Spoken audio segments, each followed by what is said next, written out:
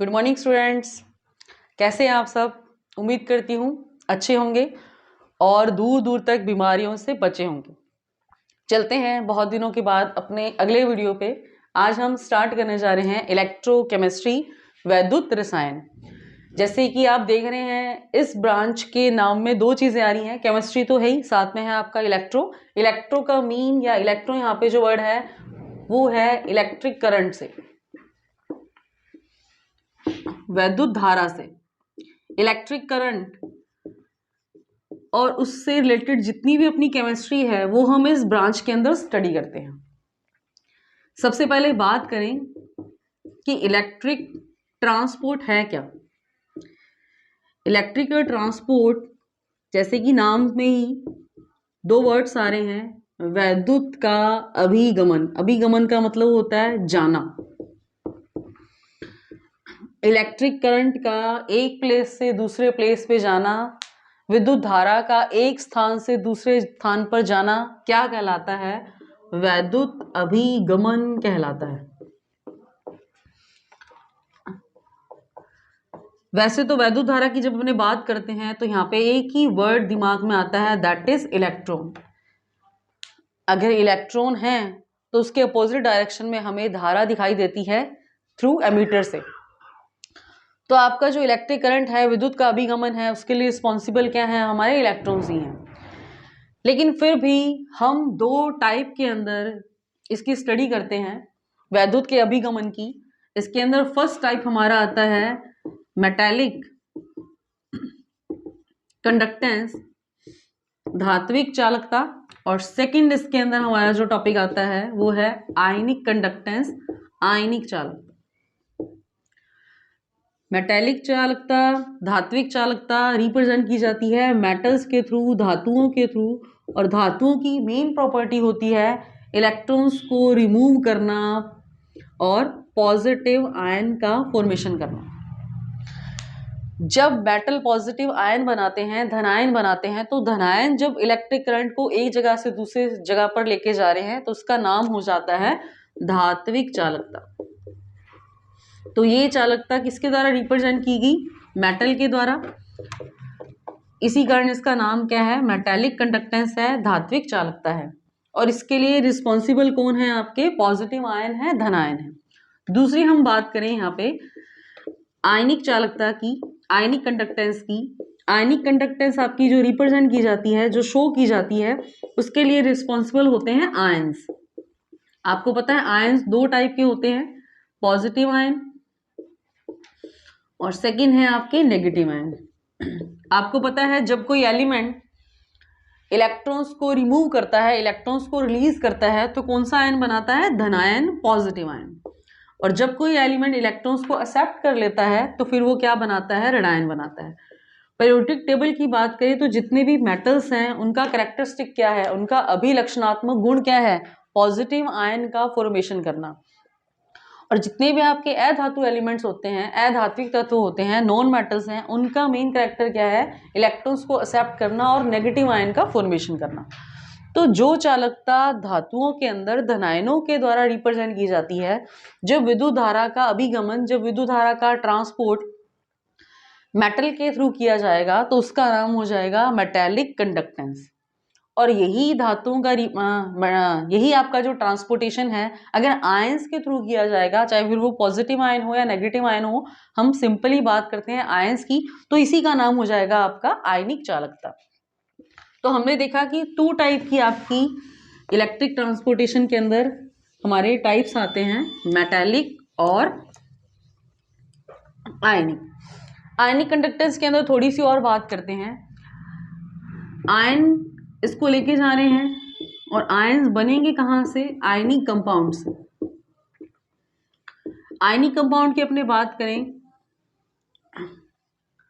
दो हमारे आयन हैं, पॉजिटिव आयन और नेगेटिव आयन। आयनिक यौगिकों का निर्माण, आयनिक कंपाउंड का फॉर्मेशन दो अपोजिट आयनों से होता है। अब दो अपोजिट आयन है, अट्रैक्शन भी ज्यादा होगा, फोर्स ऑफ अट्रैक्शन भी मैक्सिमम है, आकर्षण बल भी ज्यादा है, इसको तोड़ने के लिए हमें एनर्जी भी ज्यादा देनी पड़ती है। लेकिन क्या हम सॉलिड अवस्था के अंदर क्या हम ठोस अवस्था के अंदर इलेक्ट्रिक करंट को पास कर सकते हैं? तो हमारा आंसर आएगा नहीं। हमें क्या करना पड़ेगा, हमें उस सॉलिड को या तो मेल्ट करना पड़ेगा या हमें उसका क्या बनाना पड़ेगा, सॉल्यूशन बनाना पड़ेगा। यदि हम उसे मेल्ट करते हैं तो हमें क्या करना पड़ेगा, ये जो बीच का आकर्षण है इसके जितनी हमें उसको एनर्जी देनी पड़ेगी, क्योंकि फोर्स ऑफ अट्रैक्शन आपका बहुत ज़्यादा होता है। इस कारण इनके मेल्टिंग पॉइंट की वैल्यू, गलनांक बिंदु भी क्या होते हैं, बहुत ज़्यादा होते हैं। तो अगर हमें इसे मेल्ट करना है तो हमें हाईएस्ट टेम्परेचर, हाई टेम्परेचर की जरूरत पड़ेगी, उच्च ताप की आवश्यकता होगी और उच्च ताप पे आपकी रिएक्शन होगी। लेकिन अगर हम इसका सॉल्यूशन बना लें, अगर हम सॉलिड को सॉल्वेंट के अंदर डाल दें और उसका सॉल्यूशन बना लें, विलयन बना लें, तो ये जो काम है वो नॉर्मल टेम्परेचर पे हो जाएगा। तो सबसे अच्छा क्या है, सॉल्यूशन बनाना आयनिक कंपाउंड का सॉल्यूशन बनाना और रिएक्शन करवाना आपकी नॉर्मल टेम्परेचर पे। अब रिएक्शन होगी क्या, जब आप इलेक्ट्रिक करंट को पास आउट करोगे, जब आप इलेक्ट्रिक ट्रांसपोर्ट करोगे तो क्या होगा, इलेक्ट्रोलाइसिस होगा। इलेक्ट्रोलाइसिस 2 वर्ड से बना है, दैट इज इलेक्ट्रिक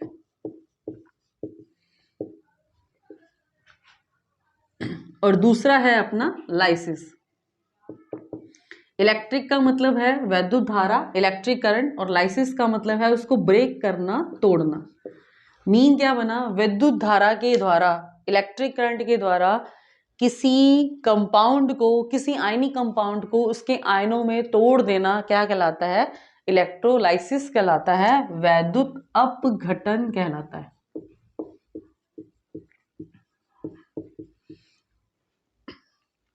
ठीक है, तो जब विद्युत धारा क्या करेगी, किसी भी आयनिक कंपाउंड को उसके आयनों में कन्वर्ट कर देगी, तो ये प्रोसीजर क्या होगी, इलेक्ट्रोलाइसिस होगी। इलेक्ट्रोलाइसिस वर्ड हमारे दिमाग में जब आता है तो एक साइंटिस्ट का नाम बार बार आता है, दैट इज फैराडे।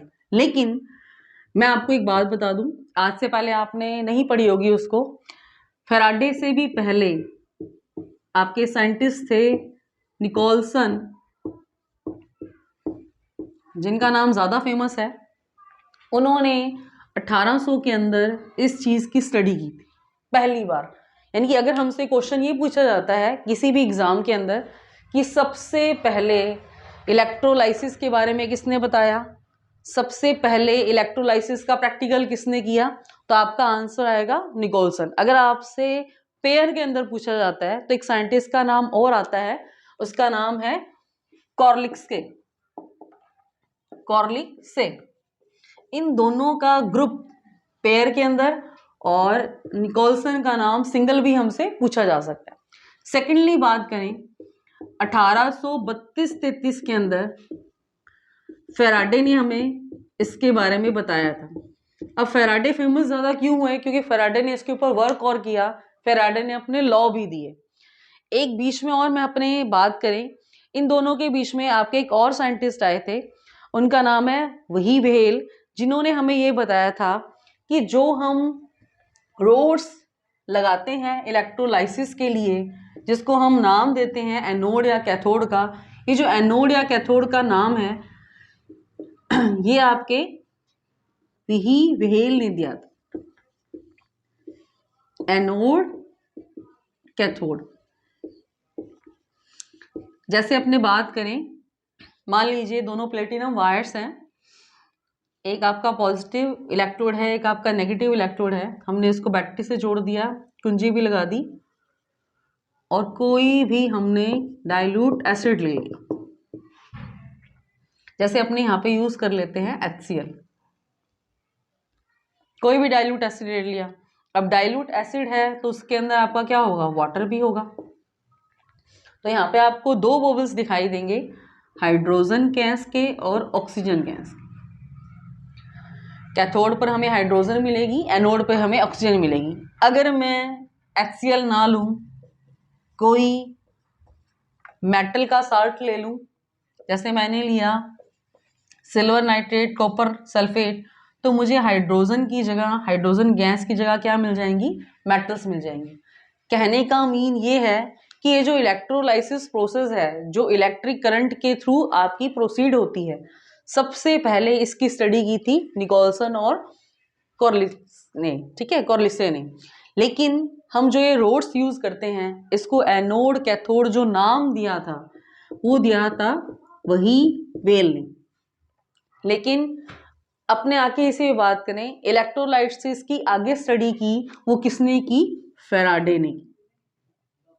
फेराडे ने हमें दो लॉ भी दिए थे, फर्स्ट लॉ और सेकंड लॉ। अब अपने हल्की सी इसी पे बात कर लेते हैं।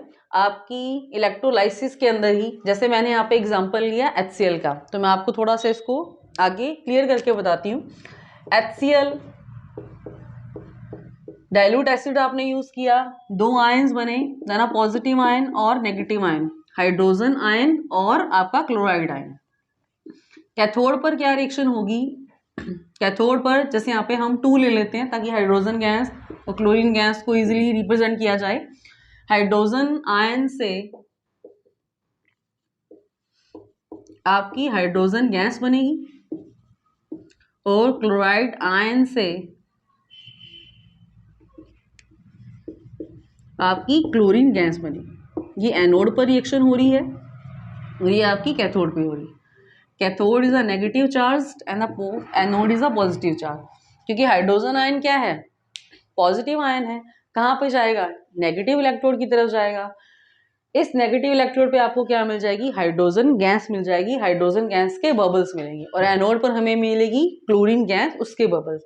अगर मैं HCl की जगह सिल्वर नाइट्रेट ले लूं तो मुझे हाइड्रोजन गैस की जगह क्या मिल जाएगी? सिल्वर मेटल मिलेगी। अगर मैं कॉपर सल्फेट ले लूं तो मुझे सिल्वर की जगह क्या मिल जाएगी? कॉपर मेटल मिल जाएगी। अब इसके अंदर हमने देखा इलेक्ट्रोलाइसिस में आयंस बने, आयंस के थ्रू इलेक्ट्रिक करंट फ्लो हो रहा है, इलेक्ट्रिक करंट फ्लो हो रहा है, साथ के अंदर इलेक्ट्रोलाइसिस भी हो रहा है।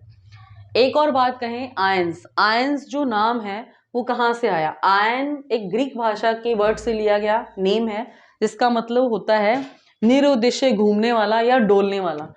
जिस तरीके से फ्री इलेक्ट्रॉन्स वाली स्पीसीज होती है वो बहुत ज़्यादा एक्टिव होती है, वैसे ही हमारे जो आयंस होते हैं, चाहे पॉजिटिव हो नेगेटिव हो, वो भी बहुत ज़्यादा एक्टिव होते हैं, घूमते रहते हैं ऐसे ही ऐसे। तो उनका नाम आयन इसीलिए रखा गया क्योंकि वो बिना किसी काम के इधर उधर घूमते रहते हैं। अब अपने बात करें कि हमने अभी इस सेक्शन के अंदर पढ़ा इलेक्ट्रोकेमिस्ट्री क्या है, डेफिनेशन क्या है। सेकंड, इलेक्ट्रोकेमिस्ट्री ब्रांच जो है उसके अंदर क्या होता है? इलेक्ट्रिक करंट पास आउट होती है, किसके थ्रू होती है? या तो मेटल्स के थ्रू या आयंस के थ्रू। फिर हमने देखा कि इस इलेक्ट्रिक करंट के पास आउट होने के अंदर आपका जो मेन प्रोसीजर होता है वो होता है इलेक्ट्रोलाइसिस। सबसे पहले इसके बारे में किसने बताया था? निकोल्सन ने बताया था। इसके अंदर हमें दो मेन रोड्स पढ़ते हैं, दो मेन इलेक्ट्रोड्स पढ़ते हैं, एनोड और कैथोड। इसके बारे में हमें किसने बताया? वही वेल ने बताया। निकोल्सन के बाद हमारे नेक्स्ट साइंटिस्ट आए फेराडे। फेराडे ने इलेक्ट्रोलाइसिस पे काफी स्टडी की और हमें कुछ लॉ, हमें दो लॉ भी दिए। फेराडे ने दो लॉ दिए थे आपको, फर्स्ट लॉ और सेकंड लॉ। आज के सेक्शन में हमने देखा, नेक्स्ट सेक्शन में हम क्या करेंगे? इन फेराडे की लॉ की स्टडी करेंगे। इस सेक्शन के लिए इतना ही। Thank you.